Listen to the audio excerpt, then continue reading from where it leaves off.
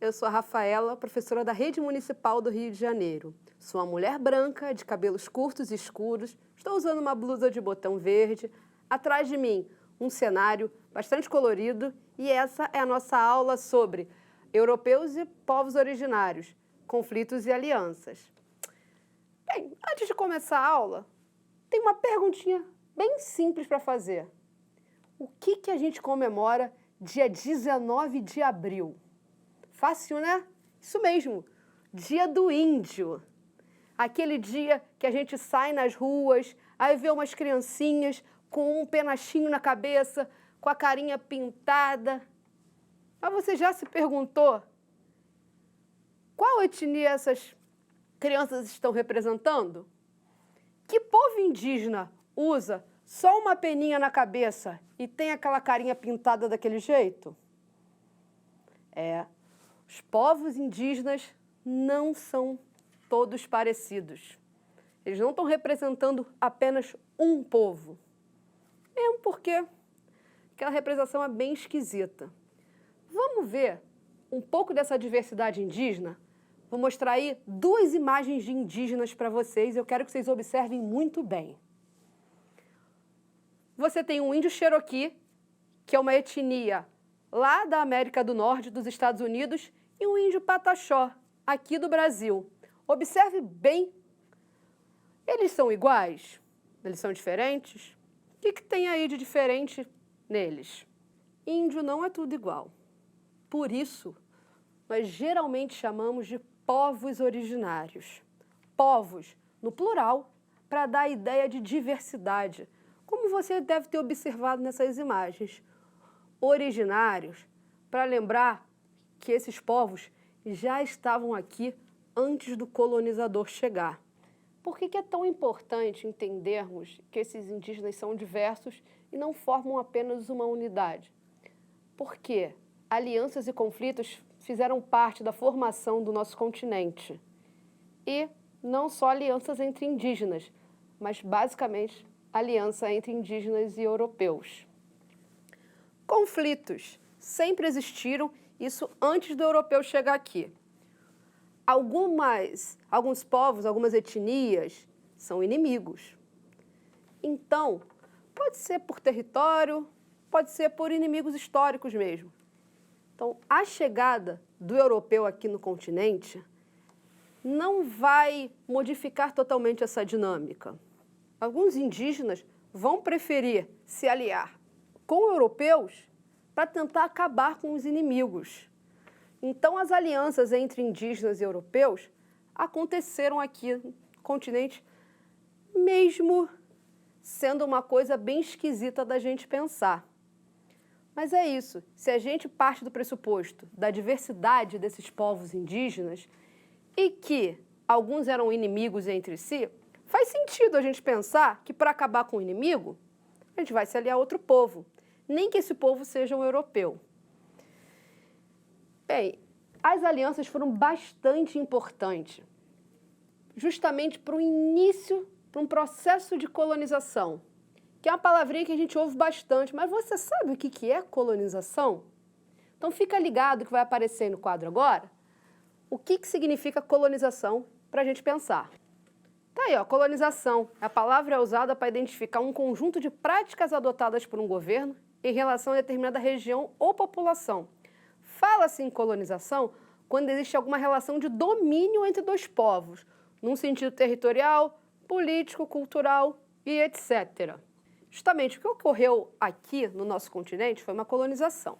Nós fomos colonizados principalmente portugueses e espanhóis. Nos Estados Unidos teve a colonização inglesa e no Canadá também teve a francesa, mas a gente vai focar mais aqui na América Latina, portugueses e espanhóis. E essa chegada dos portugueses e espanhóis aqui no continente não foi legal para os povos originários. Ocorreu um genocídio, uma catástrofe.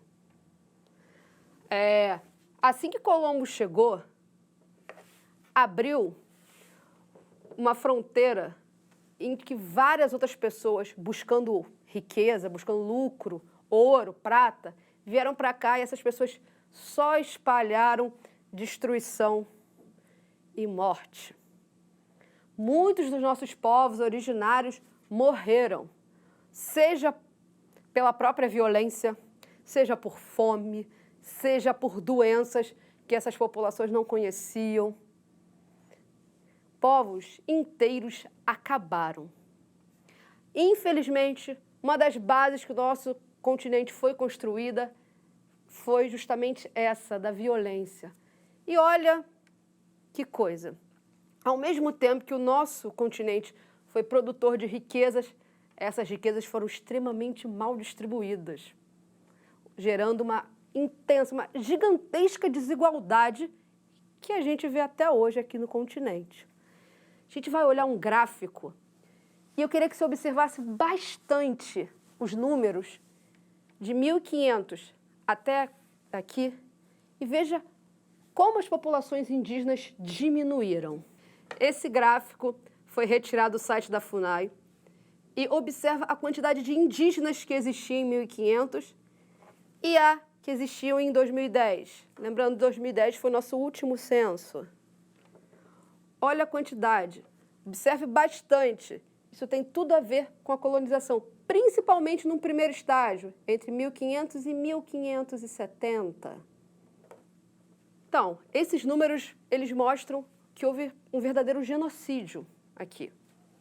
E não só no Brasil aconteceu isso, mas os grandes impérios que já estudamos, por exemplo, astecas e incas, eles também acabaram e foram geralmente frutos das alianças.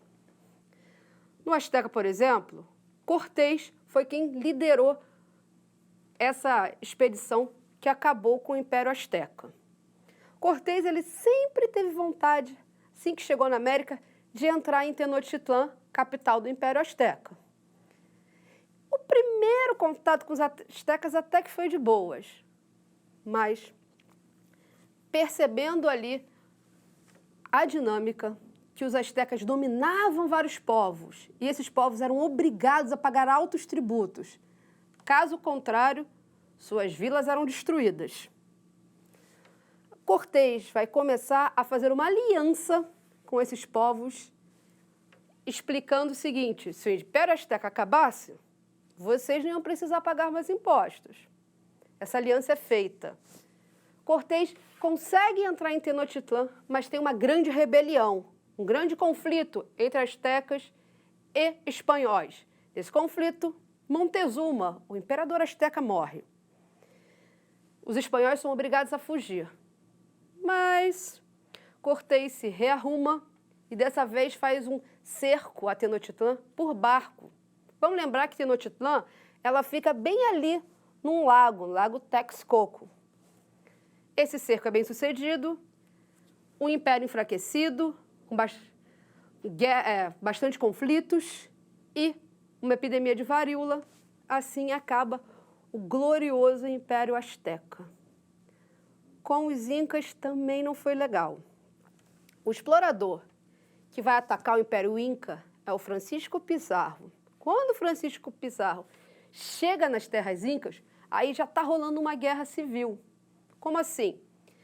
2 filhos do antigo Inca estão disputando o trono. Um deles, chamado Atahualpa, ganha essa guerra civil. Francisco Pizarro vai até o Atahualpa, o Inca, e desse encontro, Francisco Pizarro aprisiona Atahualpa e o mata. Mesmo ele tendo pago uma quantidade grande de ouro para ser liberto. Esse assassinato vai piorar a situação, vai aumentar essa guerra. Pizarro, se aproveitando disso, de um império enfraquecido, com guerra, toma Cusco e Quito, principais cidades incas, e assim acaba esse Império Inca. Outro império muito grande aqui da América. Mas assim, nem só os grandes impérios na América sofreram com isso. No Brasil, a gente também tem um caso desse de aliança entre europeus e indígenas que vai fazer parte da nossa história. principalmente a nossa, aqui da cidade do Rio de Janeiro. Ali, por volta de 1555, o francês Nicolas Villegayon chegou com 2 embarcações na Baía de Guanabara, tendo um objetivo: fundar a França Antártica. Chegando aqui, ele rapidamente se aliou aos índios tamoios. Os índios tamoios se organizaram no que a gente vai chamar de Confederação dos Tamoios, com várias outras etnias. Os tupiniquins faziam parte, os próprios tupinambás. E isso ficaram alguns anos aqui no Rio de Janeiro. A Confederação dos Tamoios tinha um objetivo, que era combater o colonizador português. A batalha contra os franceses se estendeu por muito tempo. Os portugueses só conseguiram derrotá-los com o Estácio de Sá, que era sobrinho de Mendes Sá, governador-geral aqui do Brasil. Estácio de Sá também fez aliança. Ele fez alianças com os temiminós que viviam no Espírito Santo. Então, junto com o seu líder, Araribóia, esses franceses foram derrotados. Em agradecimento, Araribóia ganhou a Sesmaria, que fica do outro lado da Baía de Guanabara, hoje conhecida como a bela cidade de Niterói. E o Rio? Fundado em 1º de março de 1565, justamente nesse processo de luta contra os franceses. Nossa linda cidade surgiu justamente nisso, entre alianças e conflitos de europeus e indígenas. Mas nem todo europeu tratava o indígena assim. Tem um exemplo aqui na América que é muito bonito, que é do frade Bartolomeu de Las Casas. Ele é membro da Igreja Católica. A gente sabe que a Igreja Católica também não foi muito legal nessa época da colonização, né?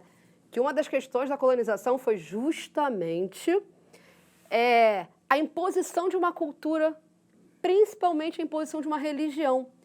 Mas o Las Casas, ele via esse tratamento com os indígenas e ele vai proteger esses indígenas. Outra coisa muito legal que a gente tem que falar e que por isso é muito maravilhoso estudar história sempre existe resistência. E com a história dos indígenas não foi diferente.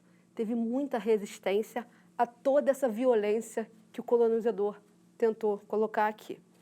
A primeira história de resistência que a gente vai ver, ela é da América Latina, mais ainda, da América do Sul. É um cara muito legal chamado Tupac Amaru e a gente vai ver uma imagem dele.